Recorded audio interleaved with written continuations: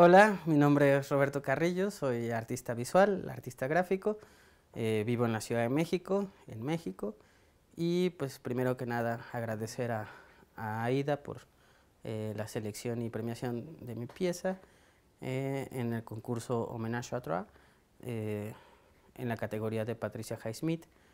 Me interesaba mucho poder participar a, justo porque mucho de mi trabajo en los últimos años está relacionado con la gráfica y la novela policíaca y pues Patricia Highsmith como que siendo parte de esta generación de autores, lo que se considera el hard boiled norteamericano, que retoman pues como la tradición de la novela policíaca, problematizándola a partir como de nuevos contenidos.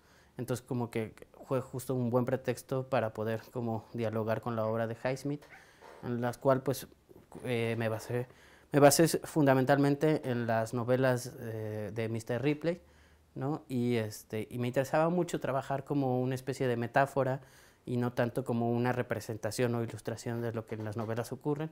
Y me interesaba como mucho el momento cumbre en el que nace, digamos, el personaje, en el sentido de que cuando se vuelve criminal, cuando asesina. Entonces me interesaba mucho pues esta idea de que el paisaje oculta un crimen, ¿no? Entonces en la novela sucede eso mismo, que están en el mar y es ahí donde sucede el crimen. Entonces me interesaba mucho la representación o el trabajo de la imaginación a partir como de la idea de paisaje y como este paisaje en su enrarecimiento o en su forma de extrañamiento pueden como de alguna manera evidenciar pero al mismo tiempo ocultar el crimen.